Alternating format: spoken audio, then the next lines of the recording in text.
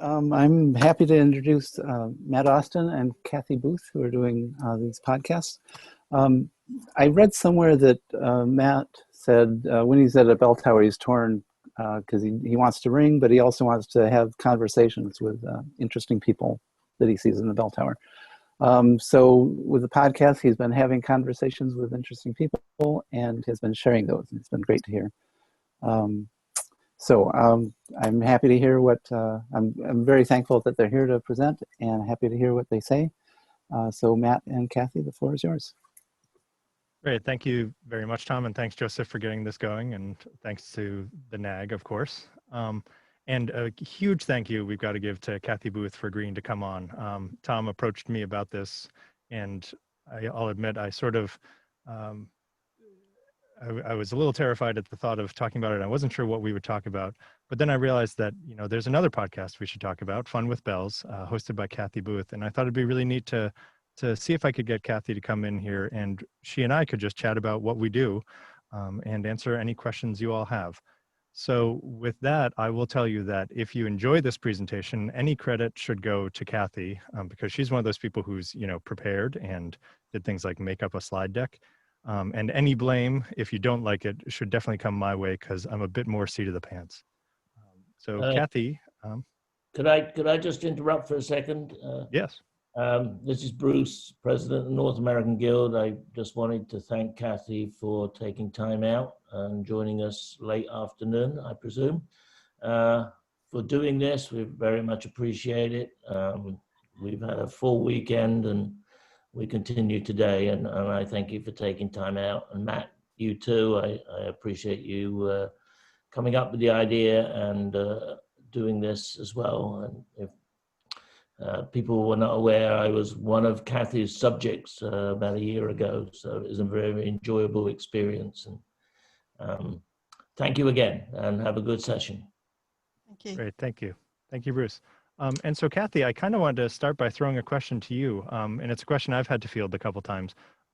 When you talk with people about the fact that you actually produce and host a podcast, a lot of people don't know what a podcast is, and they might ask you, hey, well, what is this thing that you do? What's a podcast? So what do you tell them? How do you describe what a podcast is? Well, I think people that tend to not know what podcasts are do relate to radio. So I talk about radio and being able to listen to the radio. And then, sorry, I'm just going to get this slide to go. It's not going. There we go. Oh, these are the, so we'd, but I looked up the definition because I knew you were going to ask me this. So it's audio broadcast through the internet, and people can subscribe and listen for free to lots of different podcasts all over the world. And podcasts themselves are getting very popular. And I just thought I'd throw in a couple of stats here.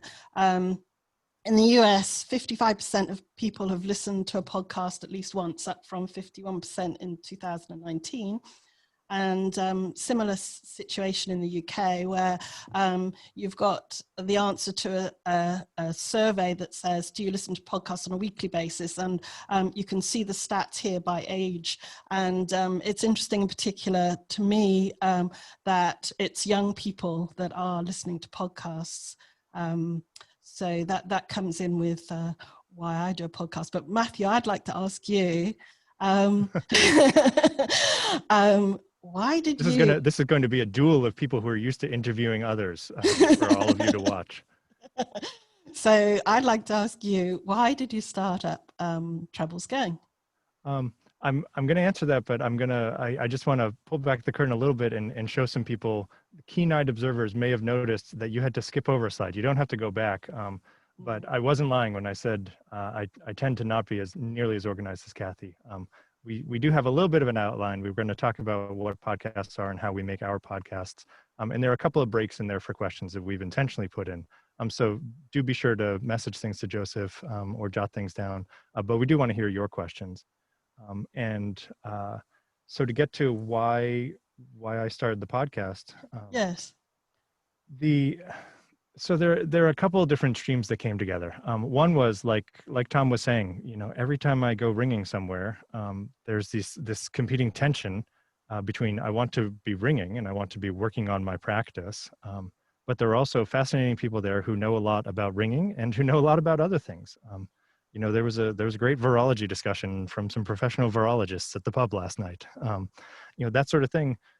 It's wonderful to get into those conversations with ringers who are generally really enthusiastic and intelligent and creative and expressive people. And so the podcast gives us this opportunity to call people up and have a conversation about ringing and about other things. And as long as I was doing that, this gives us sort of a socially acceptable excuse to call up strangers and pick their brains about something that you share in common, and then go ahead and share it with the world. So there's that. Pub time at a distance, I guess, is how I summarize that. Hopefully, I would hope that there are things that people can learn from these. Here, particularly over here in North America, you know, we're so spread out. There are plenty of people who ring at their tower and don't really have frequent opportunities to get to other towers. So things can be very self-contained, and it's a little hard to make connections with other towers. And I hope that this can sort of close some of the Vocal social test distance. 2. Vocal test 1. Vocal test 2.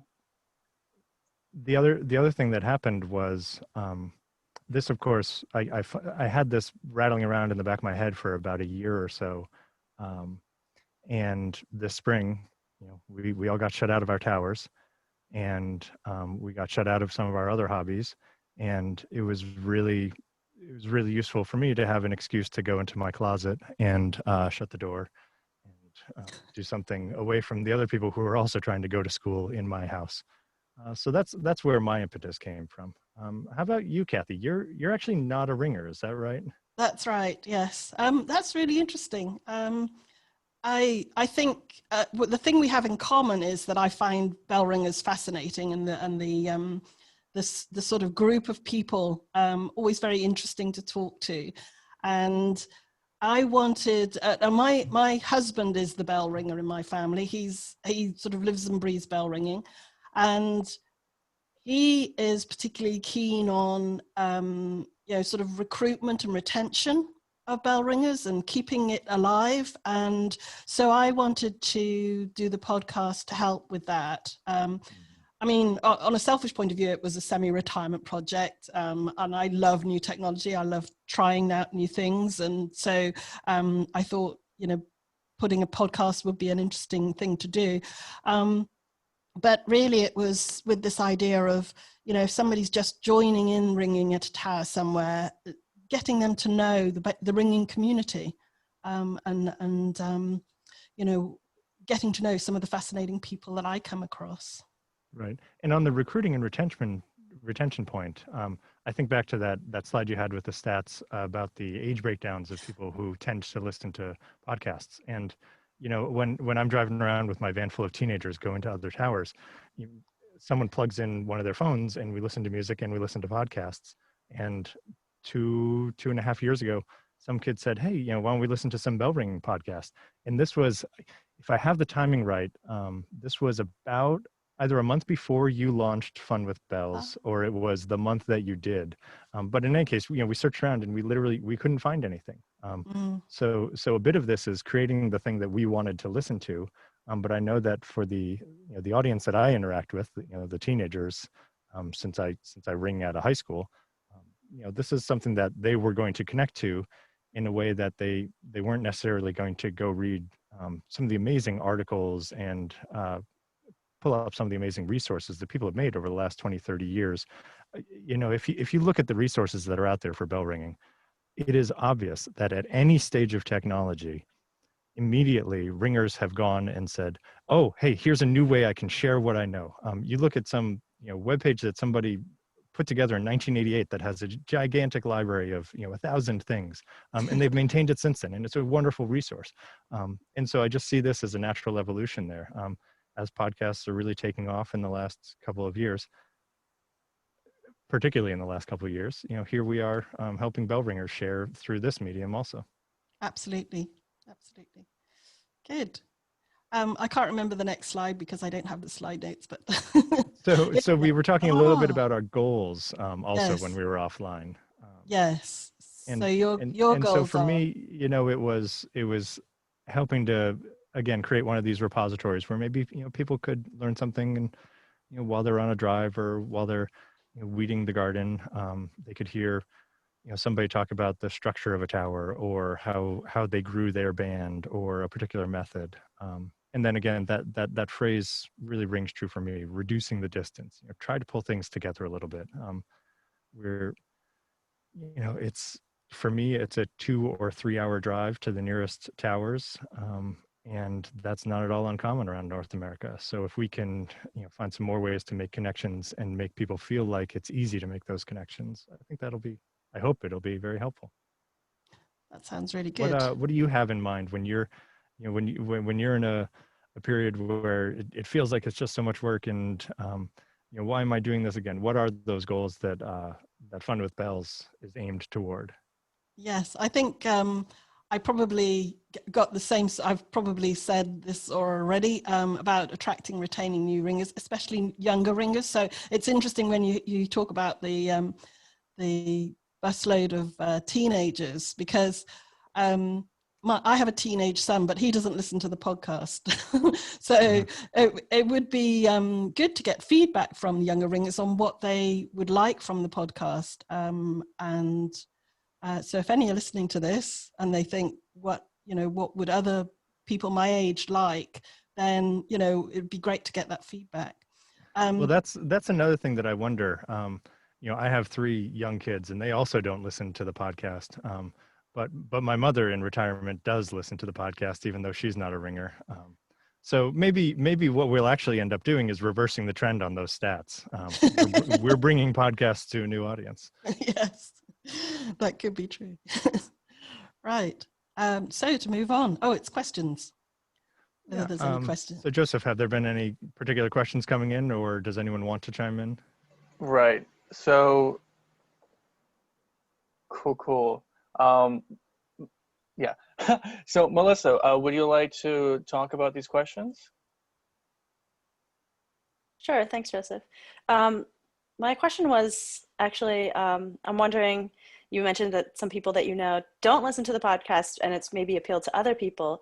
And I was just wondering, do you think it's kind of working towards the goal of attracting and retaining the new or younger ringers, or maybe you could share like what positive feedback you have gotten so far? Yes. Well, Shall I start? Yeah, go ahead, Cathy. One thing that I find a bit frustrating is that I can see the stats, so that I can see people are listening, but I don't know who they are. And when I talk to people who I'm inviting on, or the recent projects I've been doing, then I get some feedback from those people, but I haven't got a lot of feedback. So that I don't really know, and it would be really great to hear more from people about, you know, what they like, what they don't like, and you know, what they'd like to see more of. I will say, Cathy, you know, from listening to Fun with Bells, it seems to me like Fun with Bells would be really accessible to non-ringers or people who had just heard about it. It feels like a really nice sort of entry point to, hey, what is ringing all about? And often that's some of the things you ask your guests is about how, you know, how did you get into it, and, you know, what do you find enjoyable about it? And the answers, to me at least, feel sort of very accessible to the non-ringer. I listen back to my own podcast, and I can't imagine someone who isn't a ringer finding it interesting. So if you had, for me, I would rank them. Fun with Bells certainly is the one I would recommend to people ahead of Treble's Going. Well, I don't know about that. I think no, I'm going to disagree with you. I think I found some of the episodes that I've listened to really interesting, and some of them do focus on things that are outside my understanding, on, you know, methods like you know, the title Stedman, or the 5 minutes on how you learn Cambridge, and I'm thinking, you know, I started to listen, and I think, no, this is above me. I don't understand this. But some of them are really interesting, like the very last one with the friar, the father at the monastery, Mm-hmm. you know, and his life, and the lady with the bell hanging. and and you've got some really interesting topics there, and like how you start up a band, I think is really interesting. I think I'm definitely going to be recommending, I'm going to put a trailer on my next episode of Fun with Bells for Treble's Game, because I think, definitely more people probably just don't know about it. Right. We have another question from the Howlers. I Hello. had not heard about these podcasts before. How often do they come out? Are they weekly, monthly, every 2 months? Are they 20 minutes long? Are they an hour long? All of the above. So thank you, Helen, for that question. Cathy produces Fun with Bells monthly, and they tend to range, say, between 30 and 40 minutes. Is that fair, Cathy? That's correct. Yes. And then I shoot for I've maintained an every 2 week schedule, so twice a month, and mine are around the same length, between 30 and 45 minutes typically. We have one last comment from TJ. Now, you both mentioned that your kids don't listen to your podcasts, but I think that makes sense. If my parents were releasing a podcast, I probably wouldn't listen. The real question is, do they listen to your sister podcast? My son doesn't listen to any podcasts. He's just a YouTube person, but that's just one individual. So yeah. I'll say my children are almost entirely Minecraft and Sims videos on YouTube at this point. Mine are 12, 10, and 8. So they love coming to the tower, but they're not at all interested in hearing boring old people like me talk about ringing. I think it's good to move forward. Right. Okay. I'll go on to the next slide. So, so the question here that I'm answering is about how we got started, because there's quite a big job to do to get started, and a lot of people helped out. Leslie Belcher from the Association of Ringing Teachers gave me a lot of support. I should say that I knew nothing about podcasting, and neither did anybody else who helped me. So I had to, sort of find out a lot about it, and read books and listen to podcasts and all that sort of thing to learn myself. But people were very enthusiastic about the idea, and Sue Hall created the logo, and David Richards gave me some ringing from Great St. Mary's in Cambridge. And Tansley Thomas writes my show notes, and John Gwynn makes sure that we don't say anything too controversial. And he just does a sort of sense check on things. So I've got an awful lot of people helping, and for the more recent episodes I've had other people helping, but I'll get on to that. So there was quite a lot of work to get started. Mathew, how did you get started? Did you do it all yourself, or you got help too? I did a lot of it myself. I'm a little curious. I'll answer that, but I want to throw a question back at you, Cathy, which is about sort of how long that took and what sort of prep work before the first episode came out. Because hopefully there are people listening here who might think, hey, I'm interested in X or Y or Z. Maybe this is the thing I could do. And I hope we can pull back the curtain a little on that, on how one can do that. Getting started, for me, it was much like you. I had no one around me who knew much, if anything, about podcasting. I found a couple of articles. Unlike you, I didn't read books or watch videos. I just did it badly first.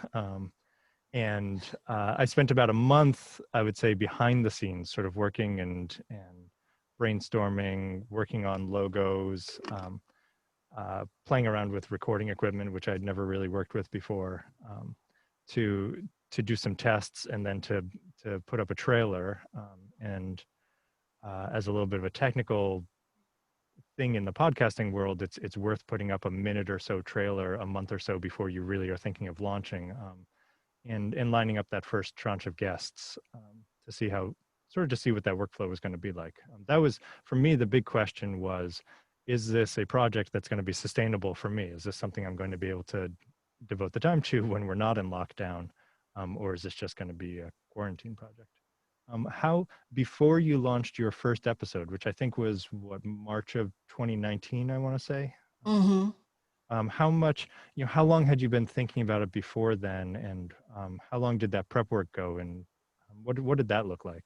It was about 3 or 4 months, actually. The first thing I did was to release, I did something that I've advised one of the ringers that's on the Zoom calls with me locally asked about setting up a podcast. He just wanted to do 1 episode. Can you do that? And I said, yes.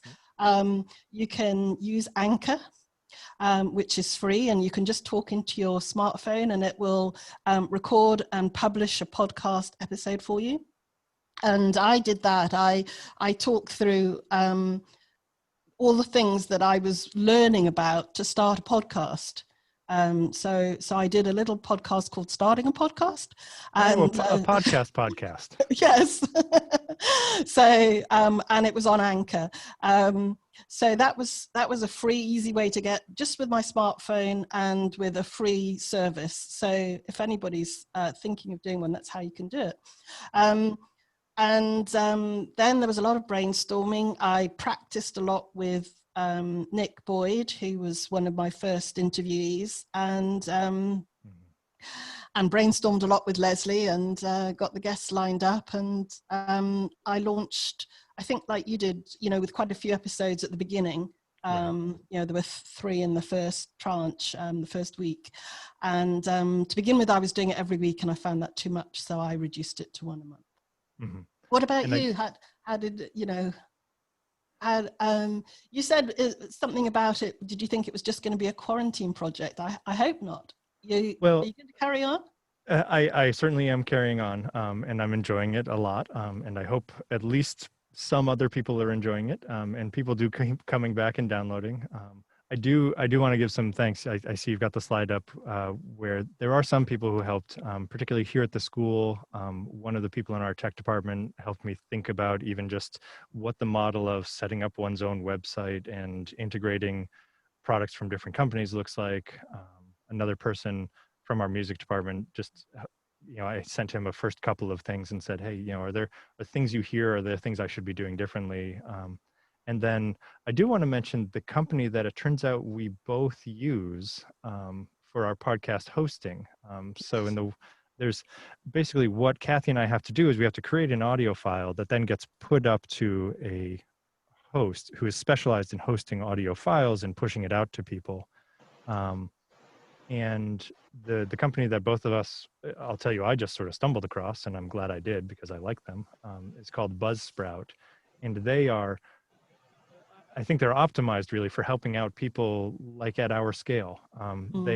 I've heard them talk. I don't know if you listen to their podcast, but it's one of the podcasts that I listen to is Buzzsprouts. And they do a lot of work with, say, a church where they want to weekly produce just an audio version of the sermon that's given on Sunday that can be pushed out to people who couldn't make it to church that day. Or small civic groups, or a company that wants to make some weekly thing that goes out to its employees. They're really very supportive, I feel, of the small and independent person who's doing a project like you or I. I mean, our target audiences are in the thousands, maybe tens of thousands. We're not looking to reach millions of people. I can't imagine we would ever reach millions of people. If I ever reached 1,000 people, honestly, with 50 towers in North America, and I'm focused on North American ringing, that would be full saturation. That would mean that everyone literally is listening to it. So, so having a host that is that specializes in small projects has been really helpful for me. I don't know about you. I don't know how much experience you had. Did you look around at other people, or did you just stumble into Buzzsprout like I did? Well, I did a big spreadsheet and compared them all. This is our recurring theme. Cathy is prepared and actually does her homework, and I just jump in feet first. But you get a good result out of it anyway. So, but I was looking for value for money, and the help and the good feedback that other people were giving the podcasts, and Buzzsprout was there. So yeah, and I haven't regretted it. So now that we've launched our podcasts, what does it look like to actually make one of these things? What's the life cycle of a podcast episode look like? You know, let's put aside maybe some of the special projects. You've done some pretty impressive things combining lots of people. But if you've just got a typical episode where you had one or a pair of guests coming in, what does that look like from conception to planning to recording to editing to publishing? Right. Well, planning has been mostly with Leslie Belcher, who's introduced me to somebody. We've had so many ideas of people to talk to and topics to cover that I don't think we'll ever run out. So she's introduced me to people, and then I've talked to them. I talk to my husband, who usually knows them, and get some ideas on what sort of things to talk to the people about. And then we do a technical session where we check out that they've got equipment that's going to be able to record. So I think you've hit on a really good way of doing it. We'll get to that, but I've sort of been experimenting with people on how they can record at their end so that we get a good audio quality. Actually, I've got a slide. Should we go through the slides? So there's the topics, the introductions, the preparation, and then engaging the person. Is that the same for you, Mathew, or can you talk about how you've done it? Sure. The start was, and I have to give a big thanks to many of the ringers around the Northeast, because when I was looking at starting this up, I started to make a list in my little podcast notebook of people whom I felt like might have interesting things to talk about and might be willing to do me a favor. And it was dozens. It was 2 or 3 dozen long before I just stopped writing. And I said, okay, well, this is silly. I can't book 40 people before I've even started this thing. So I reached out to a half dozen people, and they all said yes. And from then, it sort of started dieseling, where those people are recommending other people, and they're putting me in contact with people. I'll admit here in front of everyone, the episode where I interviewed Don Morrison was one where I thought, oh gosh, like here's a big name, and I've never actually rung with him, and he's got so much stuff out there, but he was obviously lovely to talk to. And that's been my experience with every person whom I've ended up reaching out to, is that they're wonderful and helpful, and are excited by the thought of being able to share broader than just the people in their tower or the people they ring with when they go on a trip. Share something, whether it's some of their experience or it's something they know about ringing. It's the generosity of all of our guests that have made the sort of planning, frankly, not very difficult. Yeah, I would echo that. Yes. So that's where we get to, and then the thing we do next is the recording. So I was talking about before, I'll get onto the way you do it on the next slide, but the way I do it, I've used some software called Zencastr now, which means that somebody on their PC just clicks on a link and they get through to a screen that looks a bit like this one. And but they have to have Google Chrome up to date. They have to make sure that they're not just talking into them built-in microphone on their computer. And sometimes these things have been tricky. I in the early days, we had one where the audio quality wasn't so good and we had to redo it all. So we've had some experience with that, but it's something called a double ender, where the recording is at their end and my end, so that we don't get any artifacts from the internet. And I put those things together afterwards. So yeah, I used Zencastr for one of mine. It was, if you can imagine, I didn't fancy the long distance charges for a call to Australia.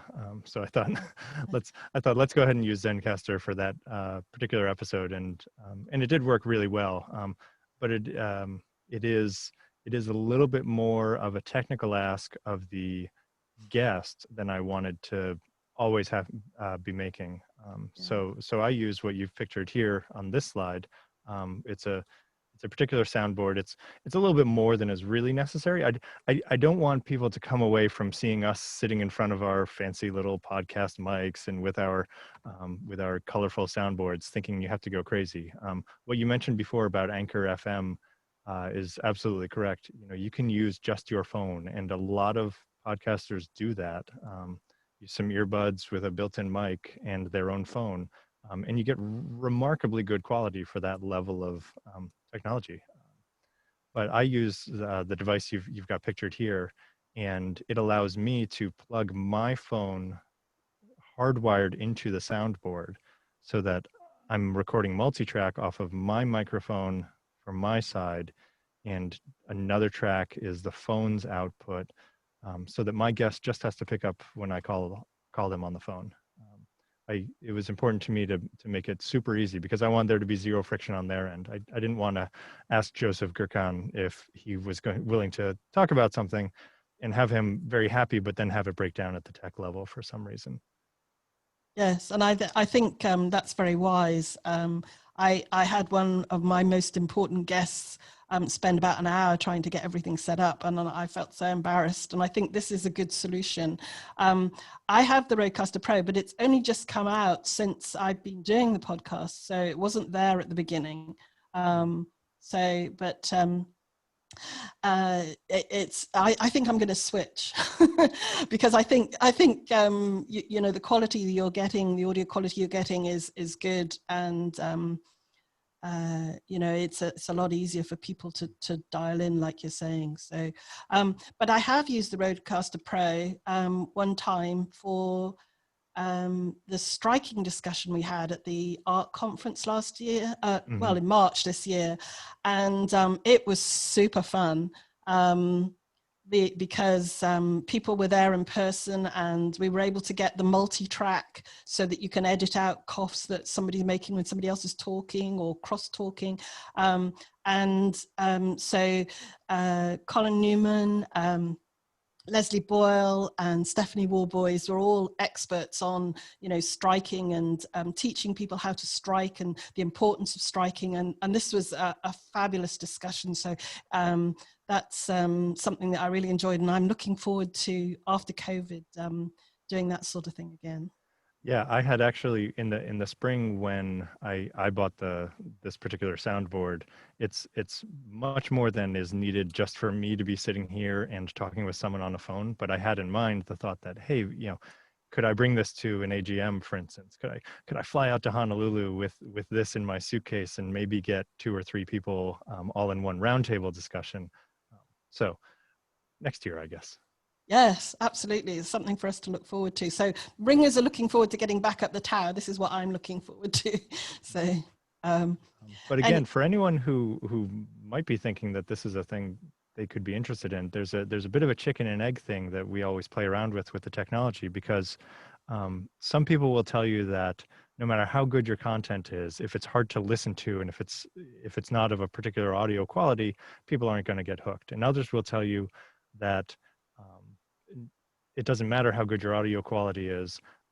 It's all about the content. And even if it's just literally, you know, a staticky recording, like it sounds like you're driving through a thunderstorm, if people are interested in what you're talking about, they're going to listen.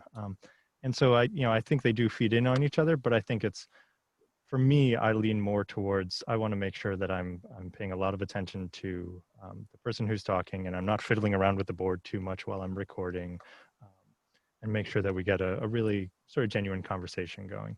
Yeah, absolutely.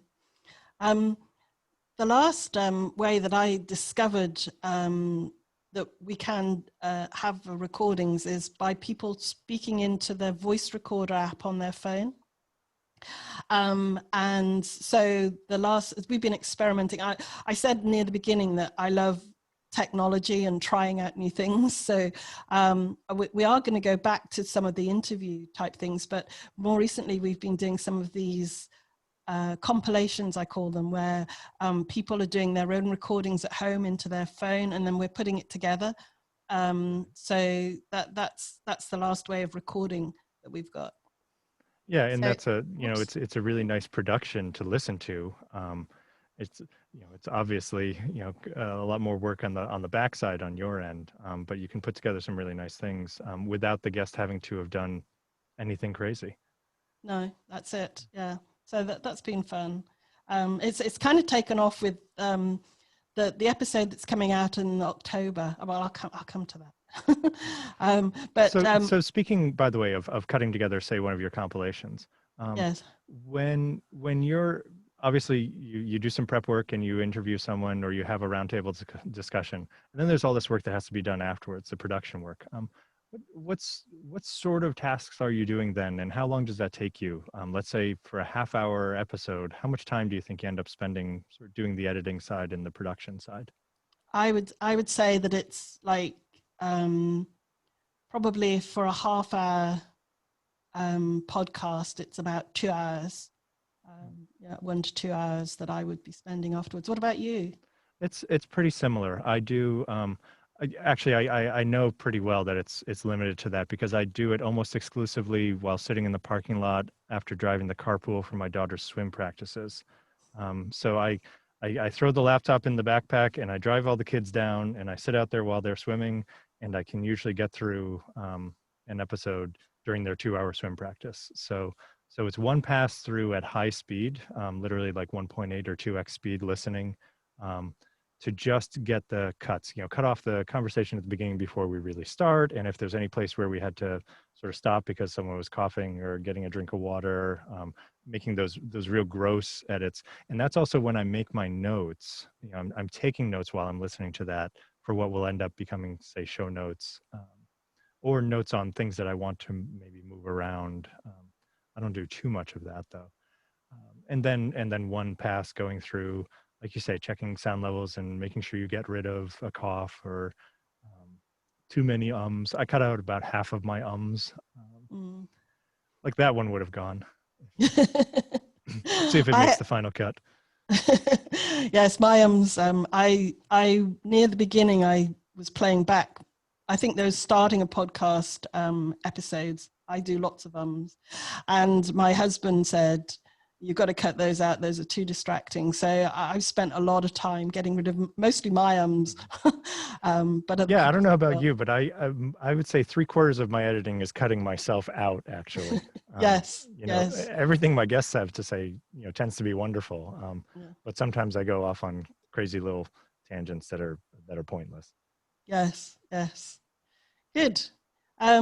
So this is getting into the editing that we do here. So we both have used Hindenburg. And now I've got to ask you, I'm going to put you on the spot, Cathy. Is this a stock like advertising image from Hindenburg's website, or is this actually a screenshot of your editing? I was going to say, if it's yours, then you're clearly doing much more work than I am. No, it's a stock one. Okay. But I could have believed it, because you've got, I would say, a little bit higher production quality than I do. I just have my bells at the beginning and 2 people chatting and some bells at the end. Yeah, well, they'll come on to the software that I'm using to do that. But in the early days, I got some recordings from people we were experimenting with using like gaming headsets and different microphones and things. And the audio quality wasn't that good. And I had a friend of a friend who was a sound engineer take me through, and I learned about equalization and compression and normalization. And then I realized that you could take degrees in this stuff. Right. And actually the best thing was to get it right in the first place rather than to be doing all of this stuff afterwards. So I don't do that now. But in the early days, you're talking about getting the recording itself and what we're doing to produce the noises in our physical spaces, right? Can you talk a little bit more about that? Well, somebody who might be sounding a bit hissy, you can do something like you can apply some software that de-esses them to take the hiss out of their voice, for example. So that there's things like this, and taking out the parts of the I don't know it well enough to describe it to somebody else. But there's, you know, I sort of threw my hands up at one point and thought, I'm with the people that say the content's important. So, but you know, if we get feedback that we need to pay more attention to that, then I'll have to do that. You use Hindenburg. I do. So I do some visual editing on the waveforms, like you're seeing pictured on the slide, but you've moved over to something a little bit different. Is that right? Well, you can bring up for each track. So you're seeing there's 4 tracks here. So you can see the blue wavy lines there. So that's 4 people all speaking at the same time, which wouldn't be very good. So it's not actually it is definitely a stock shot. But the dials on the front here are things which are looking at the waveforms or the compression, those little boxes at the front of this.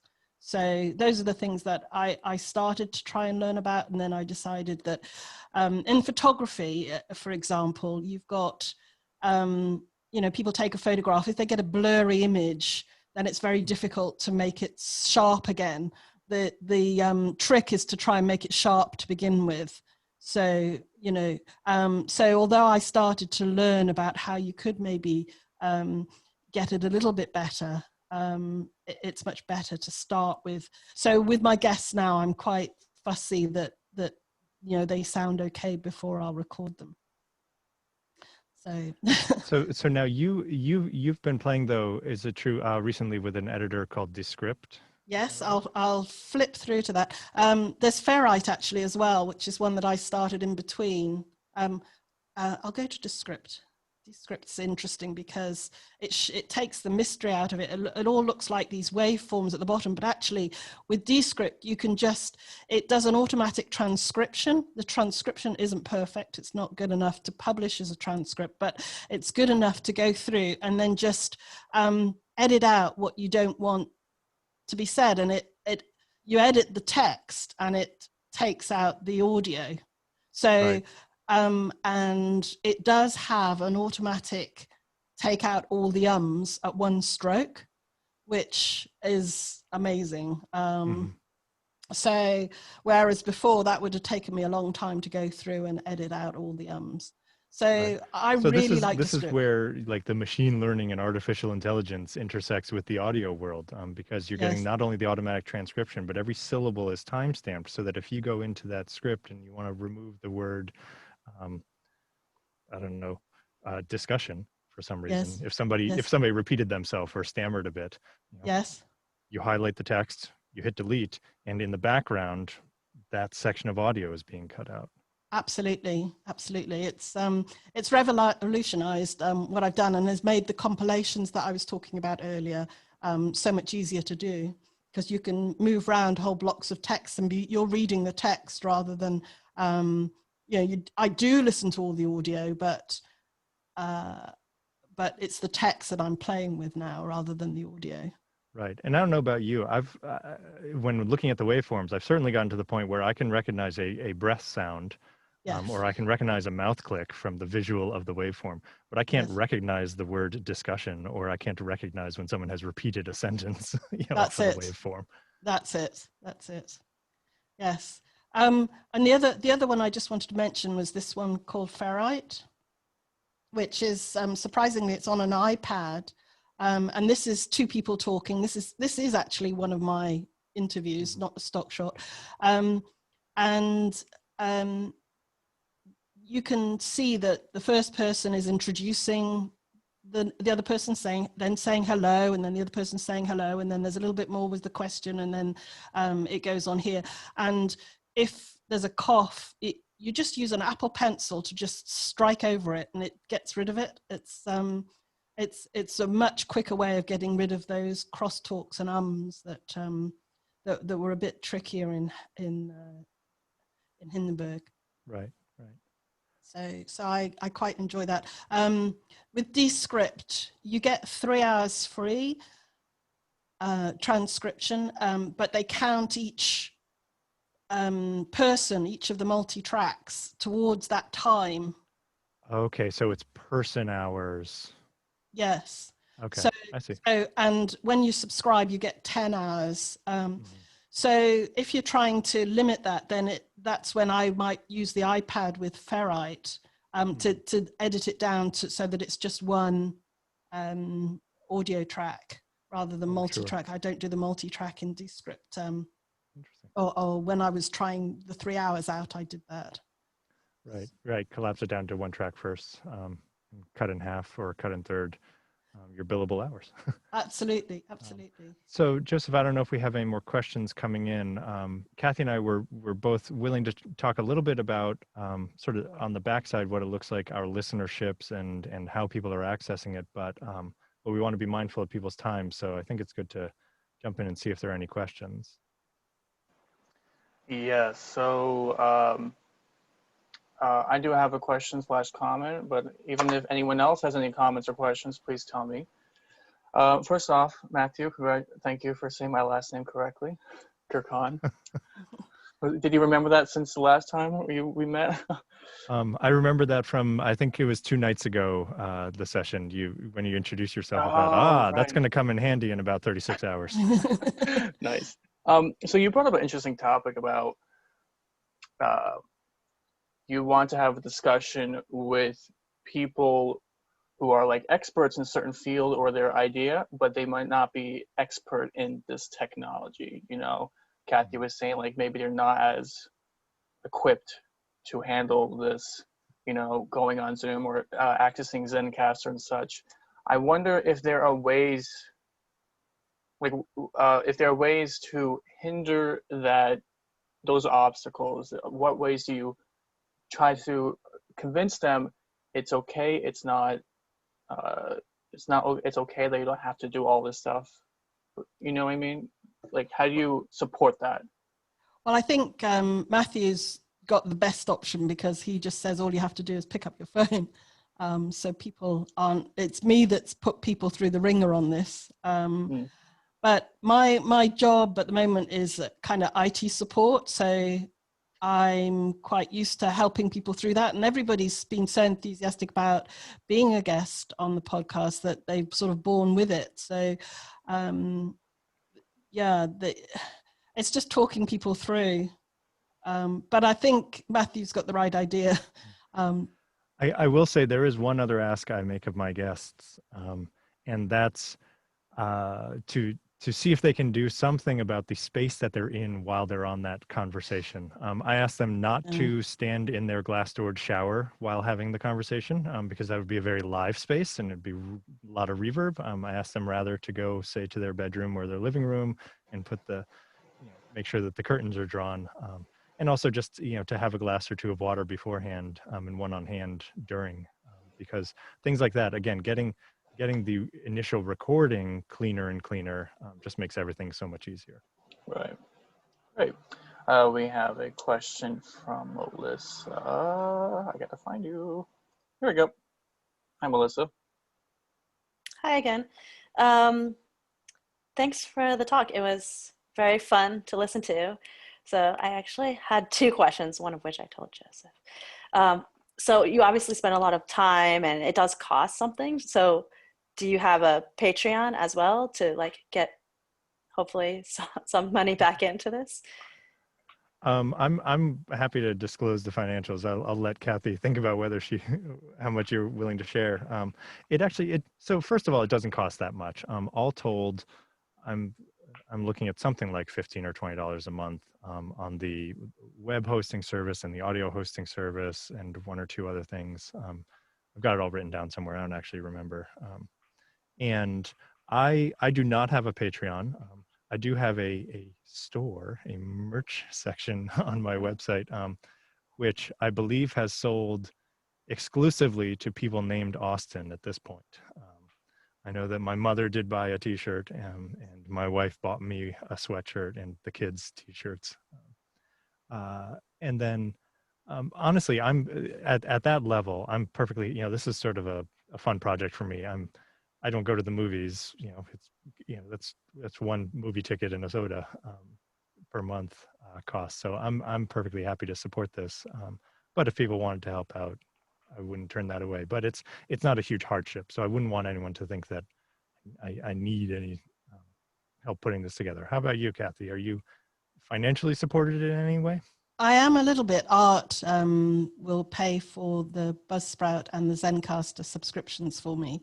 So I've bought the equipment, which I see as this is my hobby, and you can have much more expensive hobbies than this. Yeah, that's, but the ongoing costs, the subscriptions, the Association of Bringing Teachers has helped me out with those. And then my next question is a little bit meta. Is this recording going to become a podcast? Well, I wonder if anyone has listened to the most recent episode of Treble's Going, they could probably answer that question because I did announce that Cathy Booth would be my next guest. So Cathy and I are both recording on our ends, and there's the recording of the questions. So I will be cutting this together into an episode. And I think, Cathy, you said you're going to use some of the audio from this? Yes, I'm definitely going to have a trailer to this because I would like people to go to Treble's Going to listen to the whole thing, because I only do once a month, so I'll be putting it in with the next but one episode I've got coming up. I'm actually going to do a compilation of my season 1, some of the best parts of season 1, and I'm going to put this trailer at the top of that so that people know about this talk and about Treble's Going. They have no excuse. We're good to move forward. Okay. Right. I think, Cathy, it might be worth, do you mind jumping forward to slide 30? Because I want to be respectful of people's times. We're at 1 o'clock, and I know some people want to get to ringing sessions. So there's some background about the actual publication there. But we want to make sure that you know how to get to us. So, Cathy, what's the best way to listen to Fun with Bells? I think the easiest way, if you're not somebody familiar with podcasts, is to go to the website Fun with Bells, because every episode there we put quite a lot of work into the show notes and pictures, and people can see from those maybe whether or not they're interested in listening to it, and then to listen to it they just need to press the play button at the top of the page. So that's the way. It's Treble's Going has a website too. Exactly. If you go to treblesgoing.com, it's very similar. The most recent episode will be at the top of the page, and they just float down, and there's a play button there. And I can see on the backside that I think the majority, I think it's about 60% of my listens are coming through the embedded player on the website. So mine too. Whether that's people doing it on their phone or doing it on the desktop, a lot more people than I would have expected are actually listening through the website. And if you go to funwithbells.com versus treblesgoing.com, you can see visually the ratio of work that Cathy and I are putting into our products. Like she said, she has very nicely produced images and photos of everything. And I have just a cut and paste template that I sort of put everything in through. Well, I'm very lucky I have help with that. So yes. But sorry, there was something else I was going to say there. Well, so if we're not going to go to the website, yes, I was really excited the other day because I went, Alexa, play the Treble's Going podcast, and it did. So, in fact, it might have just started doing it in many people's homes if they have their speakers on rather than headphones. Right, you can do that. One of my guests sent me a very excited voice memo when they were able to say, "Hey Google, play Treble's Going," and their own episode came up. We had gotten listed through Google. So on your own phone, if you have an iPhone, Apple Podcasts is preloaded. And if you go to Apple Podcasts and search either for Treble's Going or Fun with Bells, you'll find them listed there. If you have an Android device, there are a number of different podcast playing apps, and we're listed in all of them. Actually, I should only speak for myself. I'm listed in everything I've looked at. I'm sure you are, Cathy. You've got 10 times the listenership that I do. Well, I've been going a lot longer, so yeah. Good. So were there any other questions? I do see a note there from Leland and Bryn in the chat, and I want to call out, Leland, you should know that you are the single most listened to episode of Treble's Going. So thank you very much for juicing my stats. Oh, great. And people should listen to the next episode we'll have coming up, which is completely different. It's a Halloween special, and it wasn't, I had nothing to do with it. Steve Johnson and Rose Nightingale and Vaughan Jones put it together, and it's Welcome to the Ringer's Arms and Listen to Ghostly Stories with Sound Effects. And that's coming out on the 31st of October. So that should be a fun one. So thank you so much for showing us what you've done, how you've created it, and allowing other communities to engage with us. So at this time, I'm going to ask to unmute everyone so we may congratulate both Cathy and Mathew. Yay! Yay. Let's all clap. I want to hear your voices and congratulations. Okay, lovely. So this event has concluded. Both speakers are welcome to stay, and the rest of you are welcome to stay if you wish to have any more in-depth questions. The next event will be at 2 o'clock with The Bells That Never Were, and that will be at 2 o'clock Eastern Time, 1 hour.